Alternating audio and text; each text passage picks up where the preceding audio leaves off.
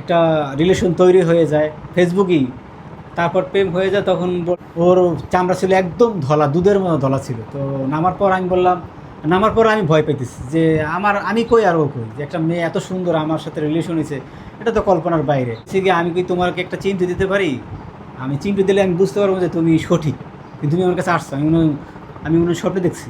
শুরুতেই করোনার শুরুতেই মনে করেন 2020-এ ও পালায় আসে। ও পালায় আসার কারণ হচ্ছে গিয়ে ওর বিয়ে ঠিক হয়েছিল যে উনিও অনেক বড়লোক ছিল, কিন্তু ওনার অনেক জায়গা সম্পত্তি ছিল। এই যে রিলেশনটা কিভাবে হলো ওইটা একটু আমরা একটু জানতে চাই। ও একটা ফেসবুক আইডি খুলছে, ওর আম্মুর মোবাইল ছিল, ওইটা দিয়ে ও একটা ফেসবুক অ্যাকাউন্ট খুলছে। ওখান থেকে মনে করেন মাঝে মধ্যে ওই যে সরিষা খেতে বা ওর পিছনে তো গ্রামের একটা জায়গা আছে, ওখানে যেয়ে ও কাউকে নিয়ে হয়তো ভিডিও করতো, গান গাইতো।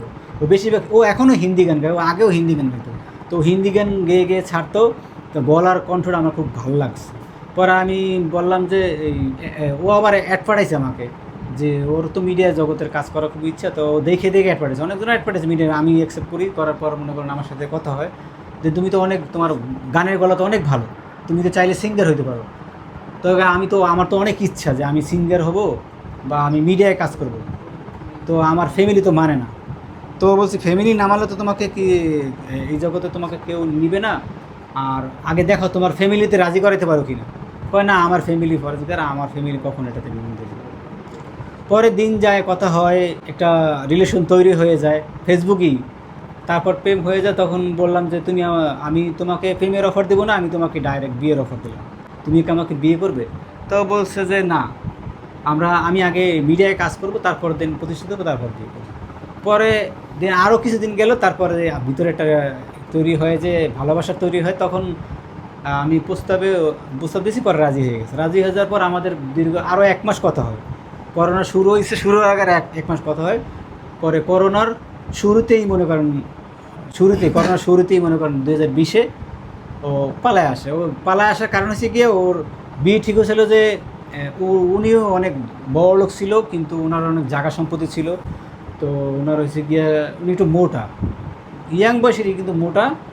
কিন্তু ও বিয়ে করবে না এখন, মোটা ওর দুনিয়ার না, এটা কোনো বিষয় না, ফ্যাক্ট না। ও সে বিয়ে করবে না। মিডিয়া যার একবার মিডিয়ায় ঝোঁক থাকে সে কখনো ওই জগতে যাবে না, বিয়ের পিড়িতে বসবে না, যতই করবে, হয়তো পালাই যাবে। তখন আমার কি সিদ্ধান্ত, ও পালাই যাবে। পরে পালাই, কিন্তু এর আগেও 4বার চেষ্টা করছে, পারে না, একবারও ধরা খাইছে। তারপর না, লাস্ট টাইম যখন পালাইছে ও সাকসেসফুল হয়েছে। 150 টাকা নাকি নিয়ে বের হয়েছে কোনো মতে। 150 টাকা দিয়ে একদম রিক্সা ভাড়া নিয়ে আপনার মনে করেন আবার এই আত্মনগর হাতিঝিল ব্রিজে নামে। ব্রিজে নামার পর প্রথম দেখা হওয়ার পর তারপর দিন হয়েছে গিয়া ও নামলো একটা রিক্সা থেকে, আমি ওরা দেখলাম।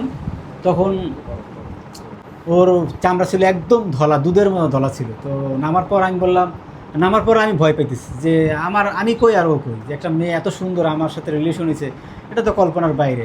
তো আমি কোনো মতে হাত না ধরে ওরে রাস্তা এভাবে পার করে ওরে নিয়ে গেছে হাতিঝিলের মোড়ে, মধুবাগ।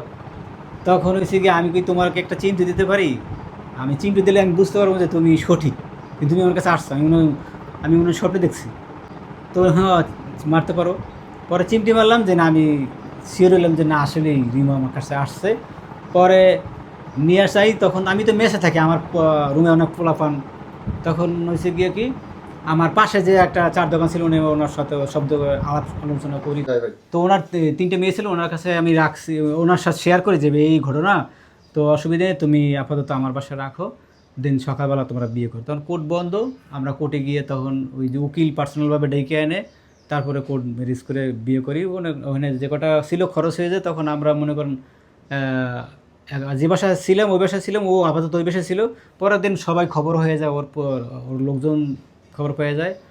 যখন দেখলাম যে না, অবস্থা খুবই সিরিয়াস, যেন তেন মেয়ে আনি নেই, মানে অনেক ঝামেলা হইতেছে এটা, মানে পালায়া থাকার মতো কোনো অবস্থা নেই, এমন অবস্থা হয়ে গেছে গা। তখন আমার বড় ভাইরে ফোন দিই যে ভাই এই অবস্থা, ভাবিরে ফোন দিই প্রথম যে এই অবস্থা কী করা যায়। কয় তুমি তাহলে নিয়ে আসো। পরে মিরপুরে নিয়ে যায়, সাথে করে একটা সিএনজি মাস্ক টাস্ক করে কোনো মতে নিয়ে মিরপুরে নিয়ে যাই। ওখানে আমরা 3 মাস পালাই থাকি, তাও শান্তি থাকতে পারে না। অনেক, এখন যার ফ্যামিলির উনি, ওনার মেয়ে যার ফ্যামিলির মেয়ে যায় সে বুঝে। তো উনি অনেক চেষ্টা করছে। তার ওনার স্বপ্ন ছিল, আমার তো পরে তো বুঝছি যে ওনার তো স্বপ্ন ছিল যে আমার মেয়েকে আমি আমার মতো বিয়ে দেবো। কিন্তু ও এত কষ্ট করে বড় করছি, তাহলে তো ওকে পালাই দিয়ে আমি বিয়ে করবো। তারপর যে না এক সময় ধরা দেই আমরা, মীমাংস হয়ে যাওয়ার পর দিন নাম মানে না, তখন আমি আবার নিয়ে আবার পালাইয়ে যাই।